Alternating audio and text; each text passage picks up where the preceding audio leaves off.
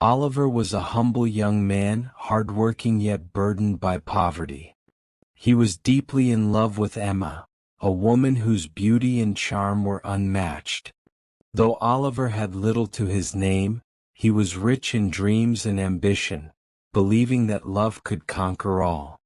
Emma, however, grew weary of Oliver's struggles. She wanted more than love. She wanted security, wealth, and a life without hardship.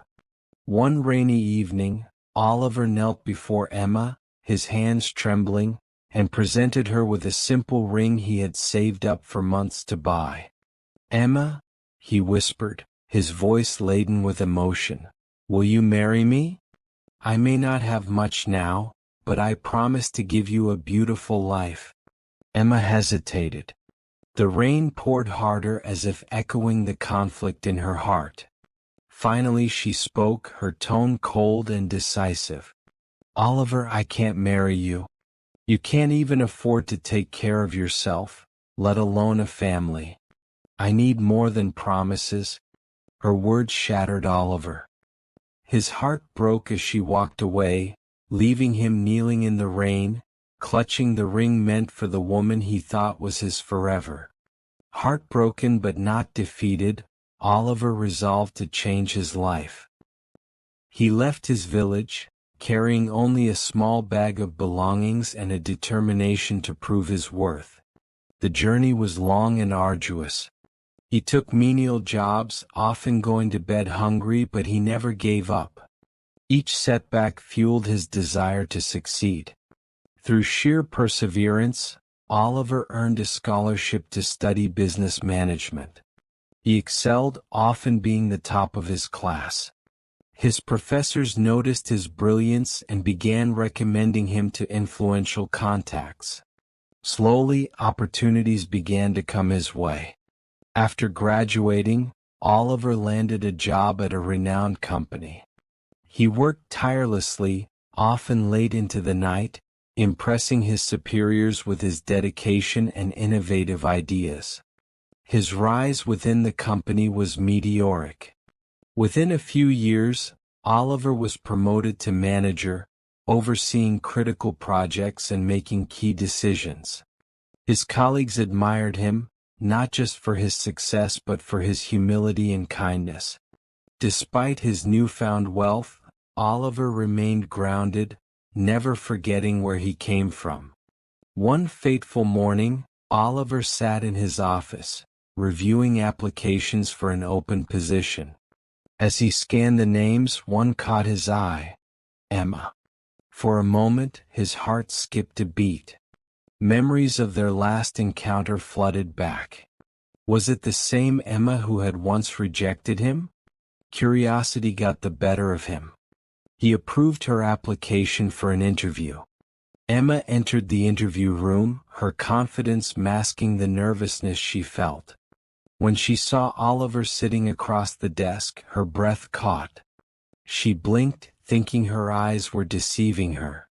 But it was him, Oliver, the man she had left behind. "Oliver?" she whispered, her voice trembling. He looked up, his face calm, unreadable. "Please have a seat," he said, gesturing to the chair opposite him. Emma sat, her mind racing. How was this possible? How could the poor man she had dismissed be sitting before her, wearing an expensive suit, exuding authority and success? Oliver leaned back, his gaze steady. "Emma," he began, "it's been a long time." She nodded, her cheeks flushing with embarrassment. I didn't know you'd be here," she stammered. Oliver smiled faintly. "Life has a way of surprising you, doesn't it?" As the interview progressed, Oliver veered away from the usual questions. Instead, he spoke about life, patience, and the value of enduring challenges together. "You know," he said, "had you been patient back then, we could have built this life together. But you chose differently." Emma's eyes welled up with tears. "Oliver, I was foolish. I see that now." Despite the emotional undercurrent, Oliver maintained his professionalism. At the end of the interview, he looked her in the eye and said, "Emma, I have decided to grant you the job." Emma gasped, her hands clasped together. "Thank you, Oliver. Thank you so much." Oliver stood, signaling the end of their meeting. "I've forgiven you, Emma," he said, his voice gentle but firm.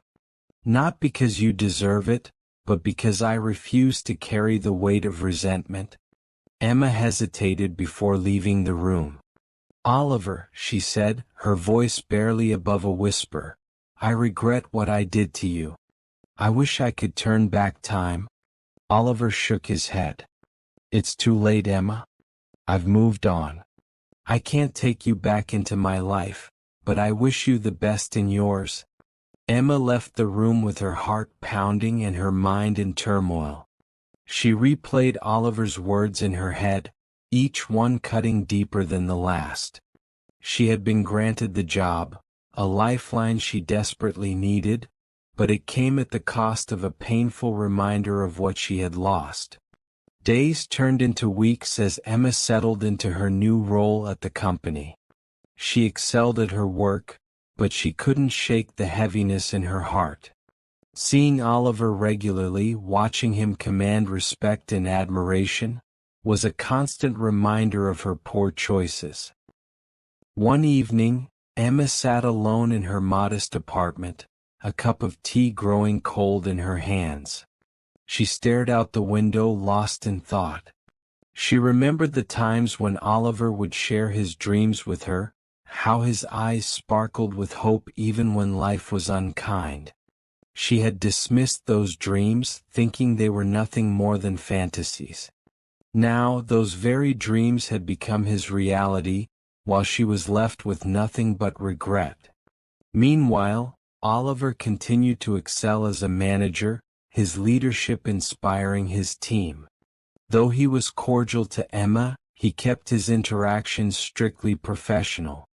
He treated her no differently from any other employee, which only deepened her guilt. One day during a team meeting, Emma marveled at how far Oliver had come. He spoke with confidence and wisdom, his presence commanding the room. She realized that the man she had rejected was far greater than she had ever imagined.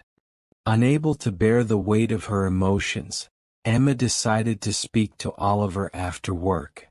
She approached him hesitantly as he was about to leave his office.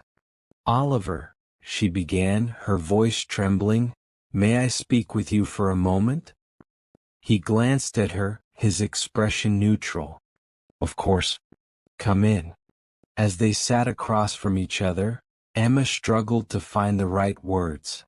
Finally she said, "I just want to say I'm sorry. Truly sorry for how I treated you. I was blinded by my own selfish desires and failed to see the incredible person you are." Oliver listened in silence, his face unreadable. When Emma finished speaking, Oliver let out a soft sigh. "Emma," he said, "I appreciate your apology. But the truth is, your rejection was the best thing that ever happened to me. It pushed me to become the man I am today." His words were kind, but they carried a finality that pierced Emma's heart. She realized that no amount of regret or apologies could change the past. As time went on, Oliver began dating someone new, a kind and understanding woman who supported his dreams and shared his values. Their relationship was built on mutual respect and love, a stark contrast to the one-sided dynamic he had once endured with Emma. News of Oliver's relationship reached Emma, and though it pained her, she knew she had no one to blame but herself. Emma decided to focus on rebuilding her life. She worked harder than ever, earning the respect of her colleagues and even Oliver.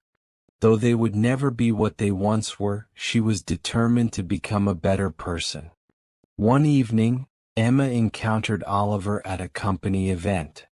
She congratulated him on his achievements and his new relationship, her tone sincere.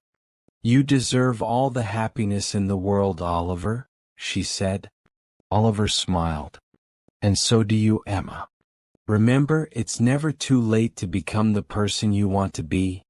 Emma walked away from that conversation with a sense of closure. She had lost Oliver forever, but she had gained a valuable lesson about patience, love, and the importance of valuing people for who they are, not what they have. As for Oliver, he continued to thrive, his life a testament to the power of resilience and forgiveness. He harbored no ill will toward Emma, but he knew that some chapters in life are meant to be closed. And so their paths diverged, one a story of redemption, the other of triumph. Both shaped by the choices they had made, both carrying forward the lessons they had learned.